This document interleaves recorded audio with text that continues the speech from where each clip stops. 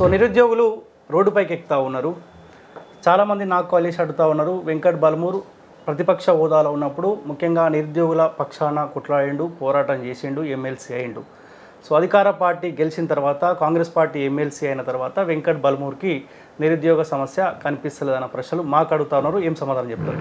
ఇప్పుడు వాస్తవానికి తెలంగాణ రాష్ట్రంలో బీఆర్ఎస్ పార్టీ అధికారంలో ఉన్నప్పుడు 10 ఏళ్ళు ఏదైతే సంబంధించి సమస్యలపైన కొట్లాడినప్పుడు 10 years ఇష్యూస్ పైన కొట్లాడినప్పుడు బల్మూరి వెంకట్ అనే వ్యక్తి కాంగ్రెస్ పార్టీ విద్యార్థి విభాగ ఎన్ఎస్వై రాష్ట్ర అధ్యక్షునిగానే ఆ రోజు ఇష్యూస్ పైన కొట్లాడినాడు.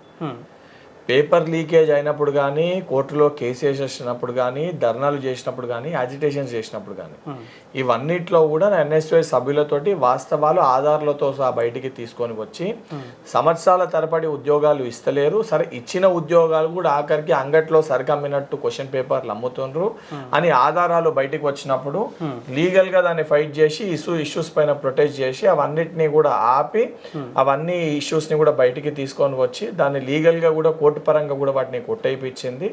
ఆ రోజు 100% మీరు అన్నట్టు అన్నింటిలో ముందుండి చేయడం జరిగింది.